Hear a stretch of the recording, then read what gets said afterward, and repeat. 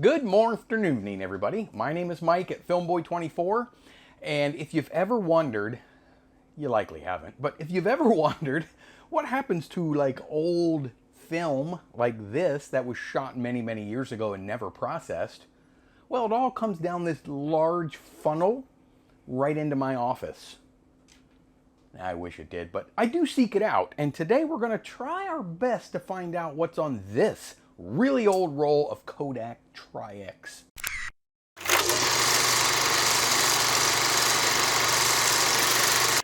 Okay, well, before I get started, I want to talk about something very, very quickly right here. What's this, you say? This is found film.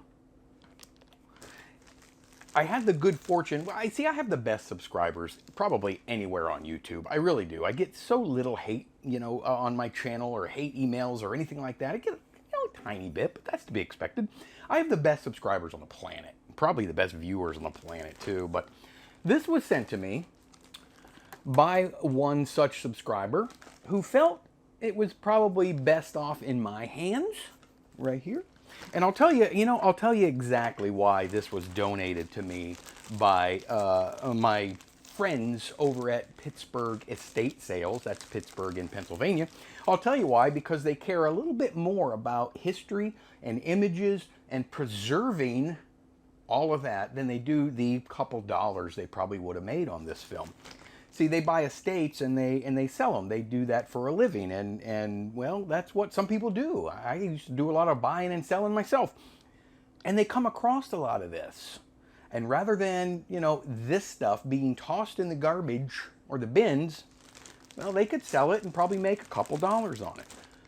Instead, they sent it to me. They reached out to me and they asked if I would be willing to take a peek at it, and of course I am.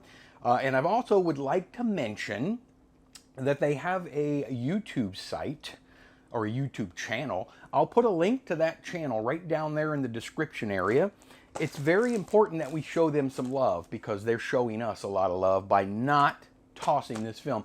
Like I say, they could probably sell it, $3, $4, $5, $6 a piece for them, maybe, possibly. But the new owners probably aren't going to do anything with it. Maybe use the cartridges or something. I don't know, or experiment with processing. Anyway, that's all I'm going to say on that. But I really a huge shout out and big thank you so much to Mike over at Pittsburgh Estate Sales. Again, show them some love. Let's check out their YouTube channel. They got some really cool content on there. Very Pittsburgh oriented. So hopefully we find some Pittsburgh footage that we can send to them. But you keep an eye out. That's coming as soon as I can figure out. Hopefully we get some kind of images. I did notice most of it does look previously exposed.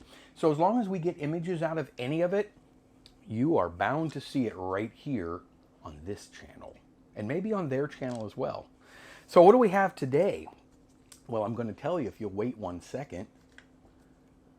We have a very old roll or cartridge or magazine of 16mm Cine Kodak Tri-X. Well, it's actually Kodak, but it was meant for the old Cine Kodak cameras. It's just it's a magazine camera. It holds 50 feet of film. Or magazine. It's a magazine. That's the magazine camera. Holds 50 feet of 16mm movie film, and there it is right there. And it was fully exposed when I got it. Now, I got it a couple of months ago from Australia. That's right, mate. I'm not even going to go there because I can't. I got it from Australia, and it's one of the few foreign to me because I'm here in the U.S., films that I've done. And so it was exciting to me.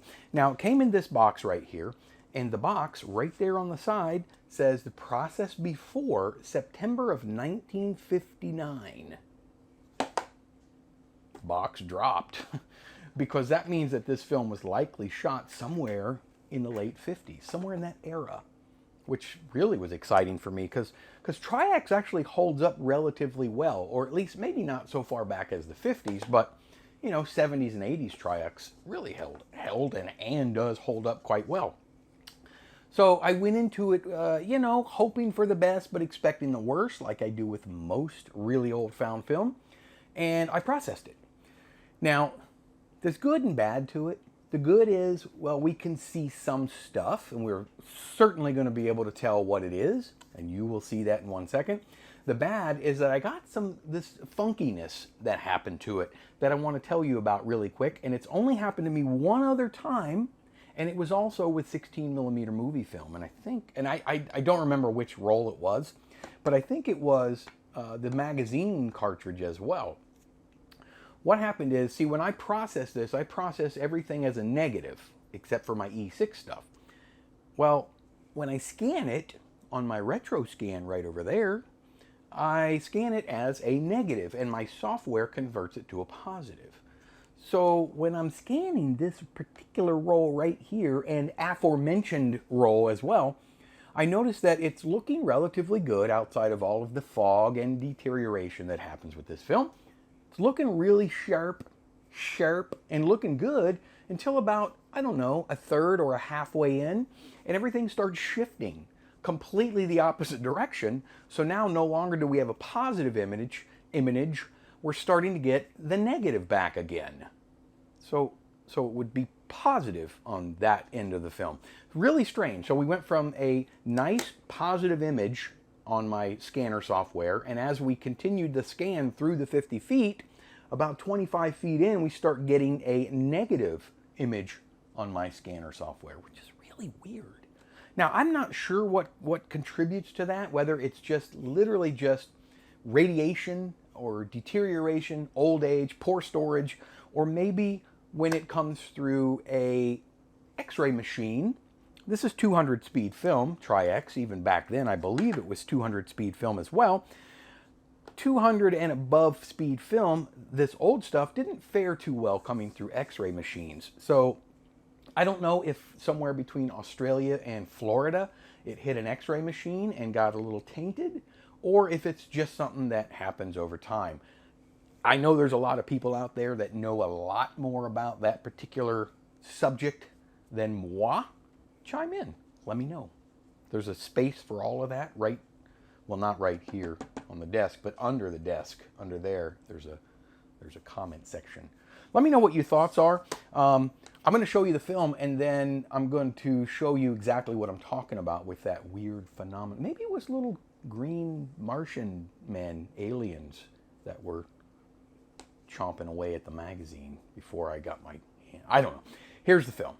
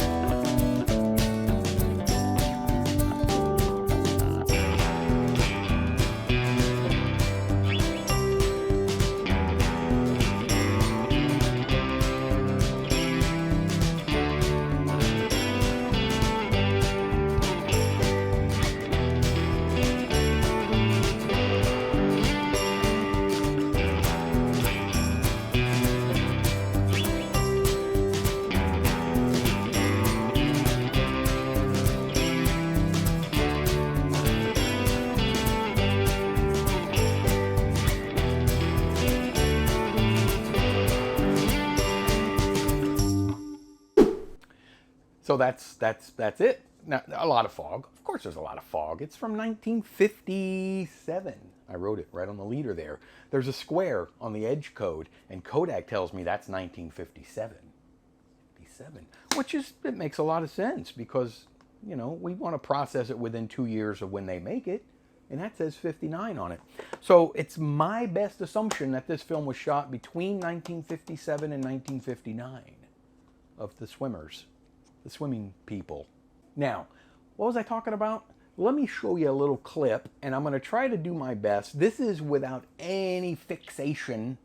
Don't get fixated. Without any fixation in post at all. I want to show you what I'm talking about, how it goes in sort of my scanner software. I just rendered it out, and I want to show you exactly what I mean. So here's the clip, and as you can see, this crazy phenom where it's, you know, it's relatively, you know, positive, and then all of a sudden it starts getting really oddly negative, where the darks are light and now the lights are dark, which is what negative means. And that's, again, if you know anything about what happened, you let me know. I processed this in my classic HC110. I use the B formula. If you're not familiar with the B formula, that's 31 parts water, 1 part formula or developer. I did it for 8 minutes at about 67 degrees Fahrenheit. Washed it real good right after that. Fixed it for about 7 minutes in Kodak powdered fixer. Well, it's not a powder when you use it, but it's a powder when you start. Just cleaned it up. There's no remjet on Tri-X, so I had to, you know, I was able to skip that step, which is good for people that like skipping steps. And then I let it dry and I scanned it. And then I showed it to you after I had to doctor it up a little bit. We got to get that image right. Well, I hope you enjoyed that. And if you did, there's one particular way that you can show me. And if you do this, let me tell you, if you do this, you're going to be able to keep up with these films that I have down here, the Pittsburgh films. You're also going to be able to keep up with the Cameraman Mike sound film box set. And I have about 100 other found films, you know, in the back alley back there in reserve that are coming to a channel near you. So subscribe. See that right there? That's what all that was leading to. And you can do me a favor, and it's right up here somewhere. There it is. Yeah, hit the little button down below. It's got the thumb on it, the little like button, thumbs up button, whatever it's called. And until the very next time, and that's not going to be that far off, probably, that I see all, including you, of your beautifully stunning faces. All of them. That's it. I'll see all of you on the very next go around.